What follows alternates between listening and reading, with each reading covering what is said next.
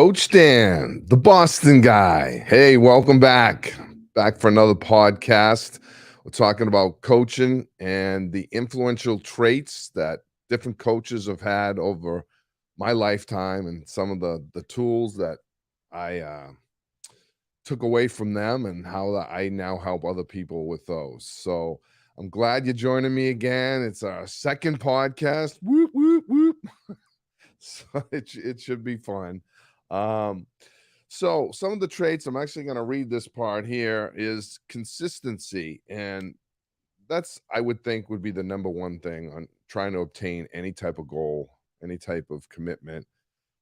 Doesn't matter if it's a sport, learning a skill set, studying for computer, learning a new language.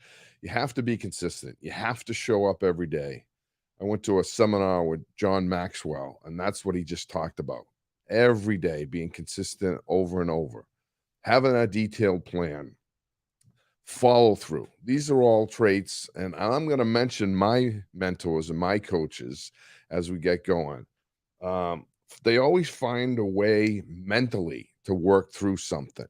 I see in society today a lot of people just sit there and they get an obstacle and then they say, I'm defeated. I'm done. I'm not going to work towards it. And it blows my mind, number one. But I just feel people a little softer, and you always have to remember why you chose to start this endeavor, whatever it was. You have to have it spelled out in detail and checkpoints, as we discussed last time.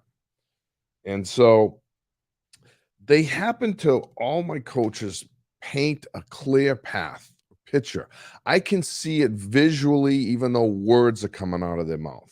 And they're telling me sort of how I get to their goal that I want to see happen. And I think that's real important because I found with human nature, some people learn by reading, some people are visual. I like to do both and then go over it and then reiterate it and have them mention back to me so that we're in full understanding we're about to hit a goal. And that way we'll have continued success and lifelong success. So let me just go over some of my biggest influences and coaches and the knowledges I obtained. And I just have to reach out to my dad up in the sky. He was my first big influence. We had, as I said, 8 of us in the family, 7 boys, who's always pushing sports and academics. And he just led by example. He no matter what the subject was, he pushed us towards that. And that sort of set up my original steps. As far as became a young man and adult, Dave Jouse, shout out to Dave, Westfield State. He was my baseball coach. And I don't know if I've ever seen someone give more of themselves without getting at least financial return and some of what society deems as wonderful in return.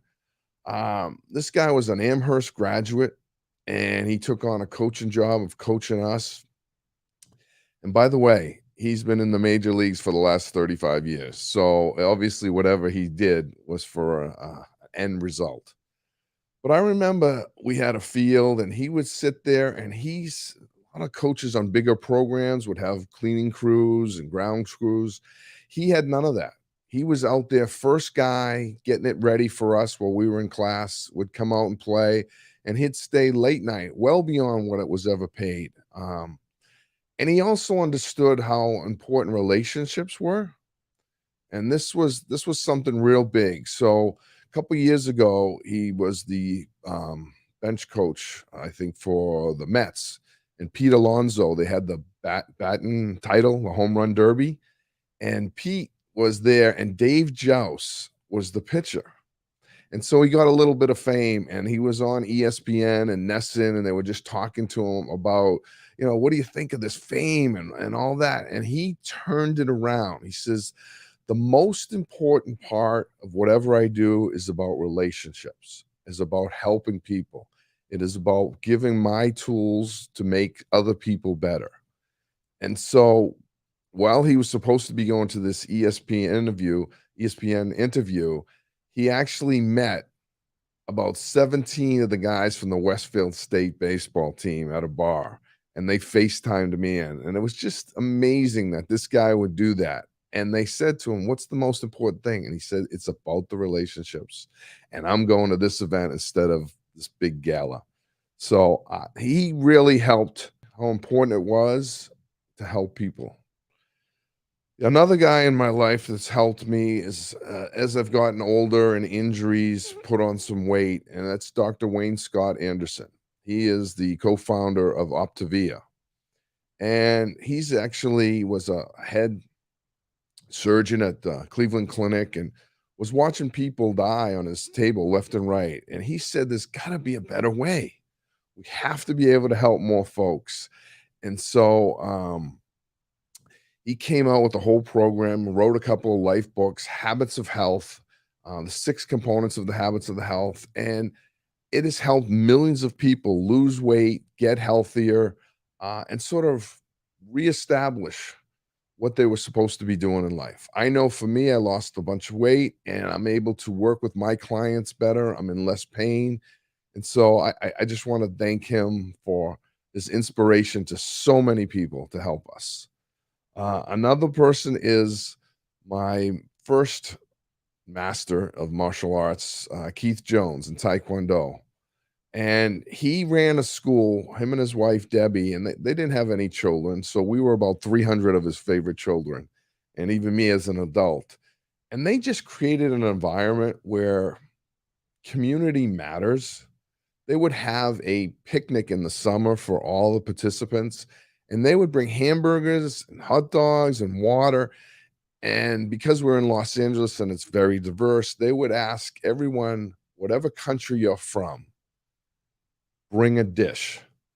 And so we had all these different type of foods, again, bringing people together. We're all playing softball and just getting to know someone outside of the dojo. So he inspired me in that regard. The other part I took away from him was he was an Olympian back in 1980 in Taekwondo when it was a demonstration sport. He was also a judge in Sydney Games in 2000. And he never really talked about what his qualifications were. He didn't brag about himself. He just empowered, how do I better these people that I'm teaching? And I have done that trait over and over and over and over because it is not about me. It's not what I can do. They didn't come to do what I can do. They come to do what they can do better. Build that confidence. Learn to break the brick. Learn to throw a punch combination. Learn self-defense. Learn to get better shape. Feel confident. Carry themselves properly. More energy. I mean, all of those things go together. And that's what it's about to be a coach. Really push those people to help that. And in the last couple of years, another one that's not necessarily an individual, but a movement. I'm a Catholic and I'm a part of this Cursillo movement. And it's just a brotherhood. And the biggest thing it taught me was humility and the service of others. I mean, I'm now doing stuff, helping other people. We did 1 million+ meals for the less fortunate. And I stuff I always would think about, but until you surround yourself with positive people who can do what they're supposed to do, help society and all that, you'll never reach your full potential. And I'm all about reaching your full potential. I too often see people just quit. Easiest thing in the world to do is quit. So please teach your children to go for their goals. I remember my daughter was playing soccer, I believe, and she's like, "Oh, I don't want to play anymore." I said, "You committed to that season. Please finish." And I said, "That's just part of a life lesson. If you never want to play soccer again, you don't have to play. But you do have to finish your commitments." And these are life lessons that unfortunately society is giving people an out, giving people an excuses. If you really want to have success and really want to make a difference, you have to stay on plan. You have to stay focused. You have to stay working towards your goals. Um, and the final one on this topic, I guess, is just life in general. Uh, human behavior and habits. I've witnessed so many over 45 years. Like I said, as a 15-year-old, I was out there coaching rec in the community rec league. And you have to be able to adjust. You have to be able to, society is changing, different things are there, technologies are changing, science, as some of the lifting that I do, like the pull down, the machine. It used to always go behind your head, and now the technology showed that's an injury potential. And so now the machine we have doesn't even let you go behind, it's only in front. So I continue to evolve and continue to learn, and put those tools together. So if you happen to be in the Coronado, San Diego area this Saturday, Roundhouse Fitness, we're rebranding from what we were to Roundhouse Fitness. We're having an open house at 126 B Avenue in Coronado. It's the Smart and Final Shopping Center from 10 a.m. to 1 p.m. And at this event, we're just going to meet the trainers, going to take some pictures, maybe get your Rocky Balboa moment in there. I'll be holding mitts, holding shields, along with some of the other trainers, and you get to learn about what we offer as a program, and myself and the other trainers, and see if we can help you obtain any of your goals or anything like that. So we look forward to that part, and if you can make it, I'd love to. I'd love to come meet you again, Coach Dan Boyle. Um, the other habits that I see these people have is that they're passionate beyond, and they have a true belief in what they're doing. Um, and a lot of people have in their head, I'd like to do this. They have dreams. Dreams only turn into reality if you start them, and only if you continue on, and then it becomes your new reality. So let me talk about one of the things with Optavia, because I am an independent Optavia coach, health coach. And it's not about diet. Most people start to lose weight, but even with this company, we now sell essential amino acids. And that is just another tool. So it's not a weight loss thing, it's about performance thing. Help you, again, using science to help you be more efficient to obtaining your goals. But the original program with Optavia is basically the 6 micro habits of health. And we kind of touched on them a little bit, but healthy weight management. It's very important. If you're carrying a lot of weight, it's just going to help with issues, diseases, heart disease mainly, anything around that. But you want to try to get into a healthy weight for yourself. Healthy motion. You know, again, we're not trying to start out right away and say, I'm going to run a marathon tomorrow. That's just not going to happen. It's not practical, especially as we age. Um, we want to have healthy nutrition, hydration. This is vital to the process. If my body isn't fueled properly, how am I going to ask it to perform? You see these race cars, they go out there and they don't use the cheapest fuel. They use high octane so that you can perform at that highest level. You have one body, folks, one body. That's all we're given. You know, we might be able to fix something that's hurt, but we're given one body. So really work to that. Life's too fun. There's too many great things to do. There's too many wonderful people and family and friends. You can do this. The other part, which people a lot of times forget about, sleep. Ever heard of that? Um, so that's real important to our body to be able to rest properly and to heal. And if we're not doing that and we're not getting proper sleep, then that's stress and that's weight gain. That's not going to help with that process. So that's vitally important. And the other two are a healthy mind and healthy surroundings. So, what does it mean, healthy mind? How many people do you know out there that the first thing they say is, oh, this stinks. Oh, this is horrible. Oh, they don't know what they're doing. Whoa. You know, the easiest thing to do is critique something. All right. You have to have a positive thing and mind and surroundings. And so I try to surround myself with self motivated people, people that have aspirations to whatever field they're in, people that are willing to give to others, people that are willing to share.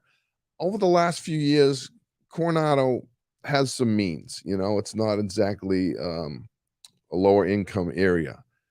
But some of the richest people I know are the most giving people. And they don't even put it in your face. They don't talk about, oh, I own this, I own that. They just go silent and they offer to help. And these are the type of people I want to surround myself with. Whether they're helping at a church, whether they're helping at a school event, um, it's just to give back is real important and a tool in life. So I don't know if you've noticed over this last 15 minutes or so, we've been talking about coaching and some of the traits, but they're really life traits as well. And the better we are at coaching ourselves and following through, the better we are to help others. So that's something that's real important. That's real important to me.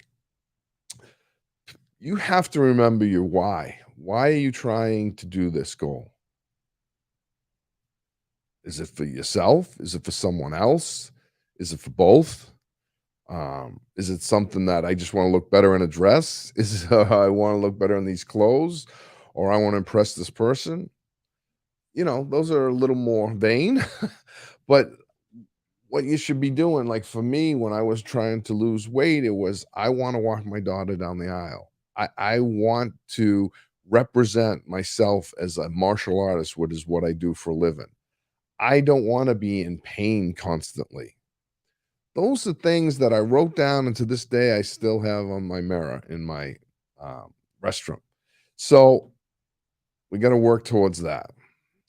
All right. So this week, I've had fun doing this, and I would love to see different feedbacks from people. I have trouble with my glasses. I'm going to tell you that up front. So there might be some comments.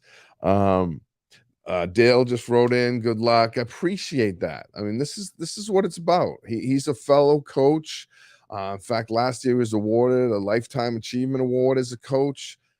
Again, he's helped people his whole life. He's now giving back to like me. He's calling on this podcast and other folks as well. He sends me texts and inspirational stuff. That's how we make this world a better place, and that's how we can change things. So I hope you enjoyed listening. I'm going to try to work out a schedule, and I will post this as well, that we work a schedule that it will be a regular basis, maybe every 2 weeks, and I will get a set time, and hopefully you can follow. And if you have some ideas or some input, I'd love to hear it. Again, I appreciate Sarah and Brett from IQ Podcasts allowing me to do this and be part of this. This Saturday, final notice, this Saturday, 10 a.m. to 1 p.m., Roundhouse Fitness, Coronado, 126 B Ave. Come meet me, come meet the other trainers, the facility, and you have a blessed and healthy day. Thank you.